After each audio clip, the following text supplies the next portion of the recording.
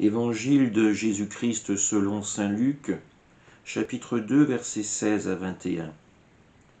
En ce temps-là, les bergers se hâtèrent d'aller à Bethléem, et ils découvrirent Marie et Joseph avec le nouveau-né, couché dans la mangeoire. Après avoir vu, ils racontèrent ce qui leur avait été annoncé au sujet de cet enfant. Et tous ceux qui entendirent s'étonnaient de ce que leur racontaient les bergers.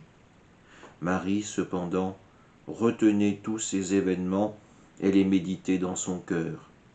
Les bergers repartirent, ils glorifiaient et louaient Dieu pour tout ce qu'ils avaient entendu et vu, selon ce qui leur avait été annoncé.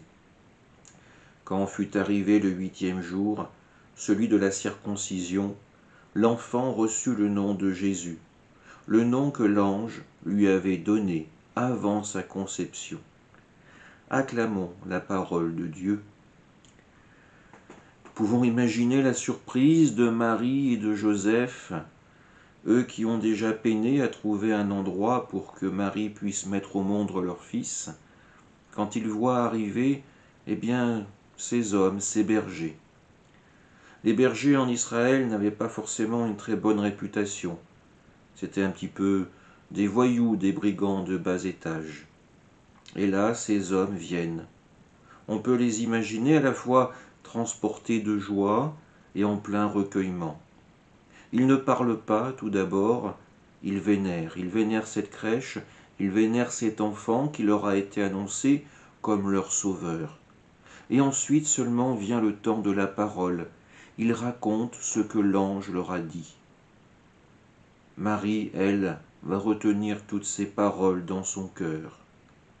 Nous pouvons imaginer à la fois la surprise et la joie de Marie et de Joseph. Oui, le projet de Dieu semble prendre forme de plus en plus.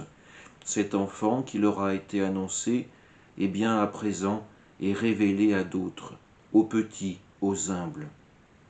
Dieu se révèle à sa façon, avec des moyens qui lui sont propres, qui peuvent nous surprendre, mais sa présence, avouons-le, est bien réelle dans nos vies, comme elle a su l'être dans le cœur de ses bergers.